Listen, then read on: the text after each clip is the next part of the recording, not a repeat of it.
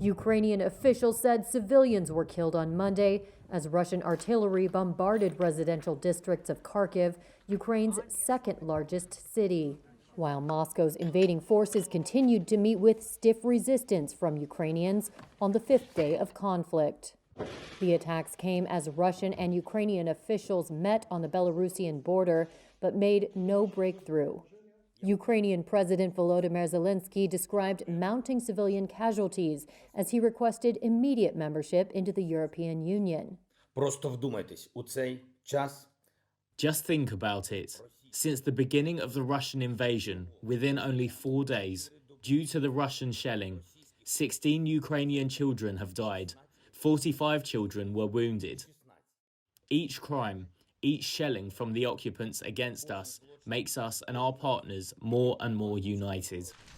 The Russian invasion, the biggest assault on a European state since World War II, has failed to make the decisive early gains that Russian President Vladimir Putin would have hoped for.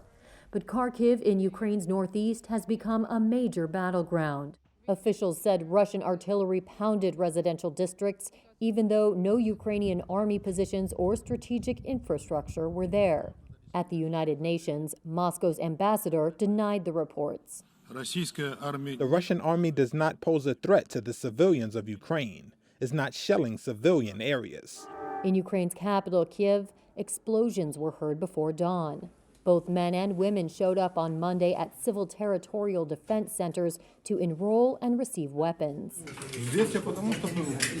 I am here because those whom we were not glad to see knocked on my door, and I believe everyone who can resist must do so, because it is our home and we must defend it.